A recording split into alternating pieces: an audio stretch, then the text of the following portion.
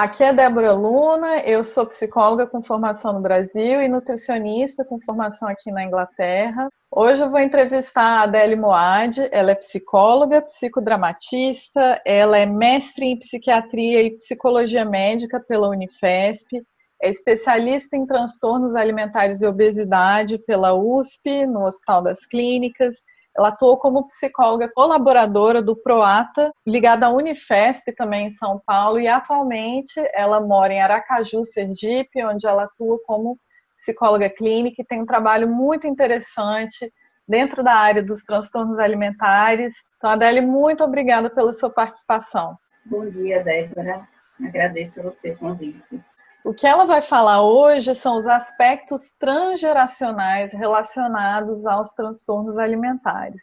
Quais são esses aspectos transgeracionais? O que é isso? O que você tem para nos ensinar hoje? Os aspectos transgeracionais são conflitos vivenciados por outras gerações que têm um impacto na vida, né, da pessoa que está em tratamento. Então, história de traumas, lutos não elaborados, vivências de coisas vergonhosas. Como é que foi descoberto isso? Os sobreviventes do Holocausto, eles foram torturados, humilhados, então viveram coisas muito fortes.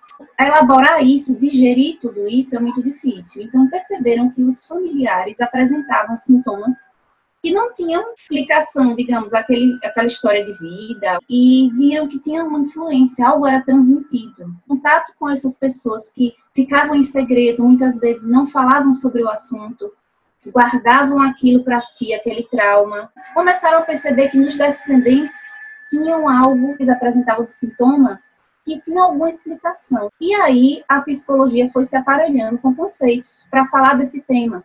E antes não existia nem conceitos, né, para falar. Como assim? Como isso é transmitido? Hoje a gente tem autores, né, que falam dessa área.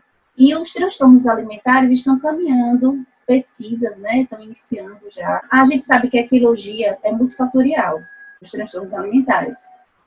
Tem aspectos familiares, psicológicos, genéticos envolvidos. A família, né, geralmente descrita nos transtornos alimentares, observada por Minuchin, que foi um terapeuta familiar, ele descreve que são famílias que têm dificuldade de exteriorizar conflitos.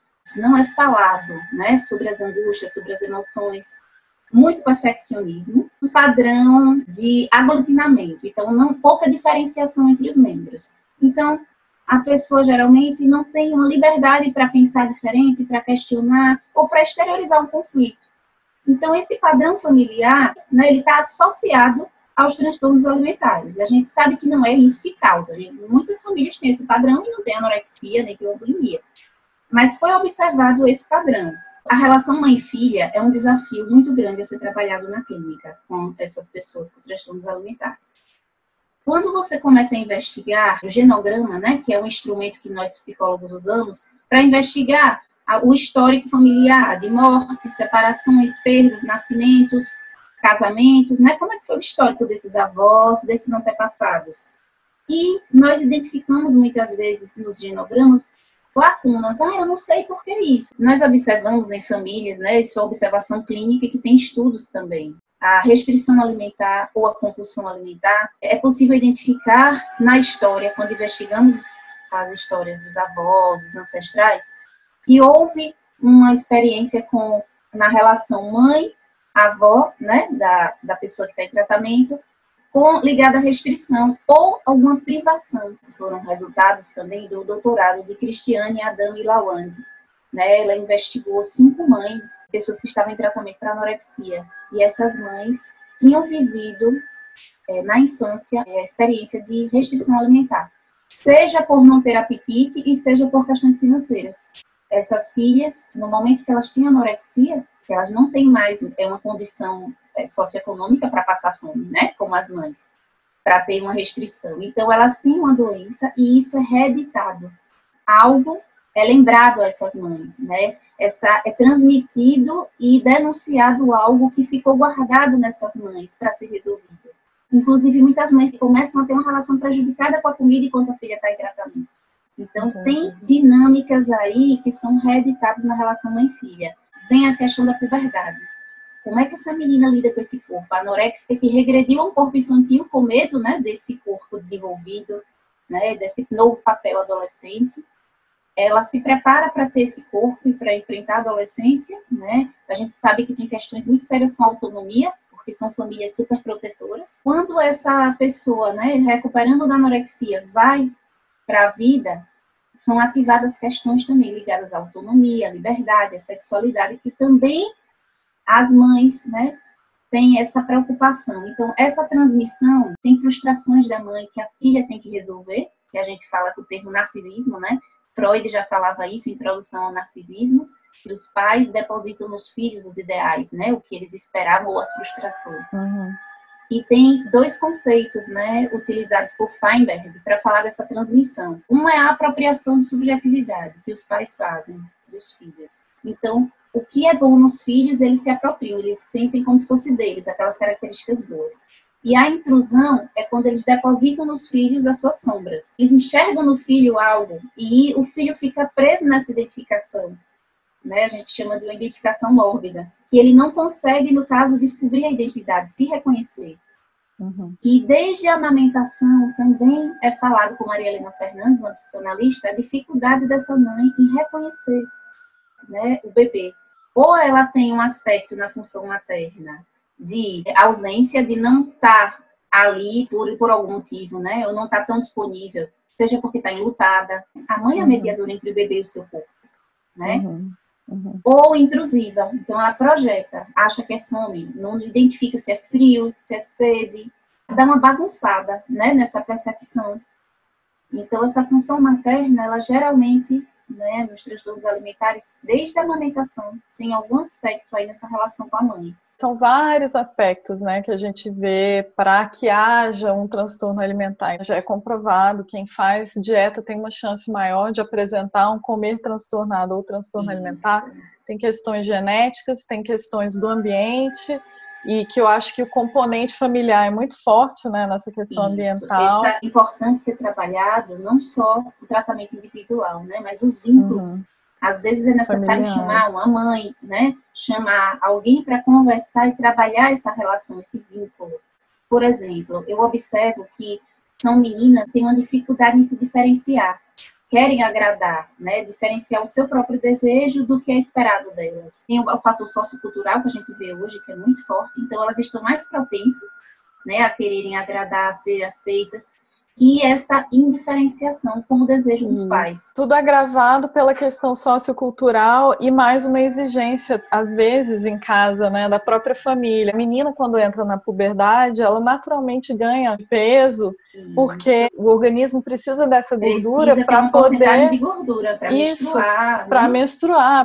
E é quando, muitas vezes, a família entra com essa história de, não, você tá gordo, você tem que emagrecer. E aí, eu acho que quando as coisas começam a ficar bastante complicadas, junte-se a isso toda essa questão transgeracional que você traz. Isso acontece que não é falado na geração seguinte, às vezes na mesma idade, a mãe vê a filha passando por aquilo. Vai se repetindo até que a coisa seja falada, seja exposta, né? E aí sim poder trabalhar. Então, agora é importante diferenciar que tem o segredo desestruturante, que são esses segredos ligados a essa questão de abuso, traumas, medos, lutos, né, uma ruptura, um aborto, algo muito forte vivido pela pessoa que não é falado. Segredo de filiação, por exemplo, quem é o pai? Não sabe quem é o pai. Às vezes o pai é alguém que não foi revelado ou tem um segredo em torno da filiação daquela pessoa. E tem o segredo estruturante.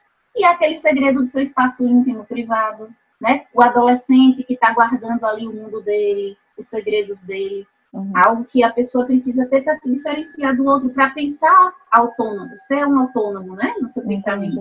O segredo que desestrutura o transgeracional é ligado a coisas mais vergonhosas. O que você sugere para pessoas que se veem, né, numa situação de uma anorexia, uma bulimia, uma compulsão alimentar, ou que tenha comportamentos de restrição alimentar para poder controlar alguma coisa do corpo, né, o peso, fazer exercício físico em excesso para poder controlar o peso, o corpo? Ela precisa primeiro entender que não é uma questão de força, foco e fé apenas, né? Como isso é passado. Então, a gente está falando de coisas muito complexas e cada vez mais se descobre. Esse aspecto mãe e filha é algo que eu acho muito importante a ser focado. Refletir sobre esse posicionamento, sobre seu lugar na família, sobre a questão da feminilidade, como foi passado para você, essas referências. E a gente sabe que a puberdade, a adolescência é uma idade de risco. Então, eu vejo muitas adolescentes se refugiando, indo buscar ajuda, não com profissionais, se informando, imitando coisas de blogs. O adolescente, a gente sabe que tem muita imitação. Então, começa a assumir, a imitar o que a blogueira está fazendo, ou o que fulaninho está fazendo, qual a atriz que seguiu e que emagreceu. E a adolescente, ela está no corpo de transformação. Então, a atenção dela está muito voltada para esse corpo. Outro ponto muito importante que eu vejo como fator mantenedor quando não é olhado. Quando a menina, né, desenvolve a maturação sexual, as mães, nesse momento, são ativadas. Então, valores morais, crenças religiosas relacionadas a isso, alvo de conflitos entre mães e filhas. Então, é importante ter esse diálogo, essa comunicação, e a mãe também ter esse cuidado, né, de rever sua própria história, de estar atento ao que ela está ali jogando, depositando, projetando em sua filha. Os motivos dos conflitos, às vezes, tem muita projeção, né, medos das mães que são projetados nessas filhas. E que esse desenvolvimento, essa maturação, né, passar por essa fase. Porque quando não tem o transtorno alimentar, melhor o sintoma, vem essas questões. E se não forem olhadas, elas ficam ali latentes, né?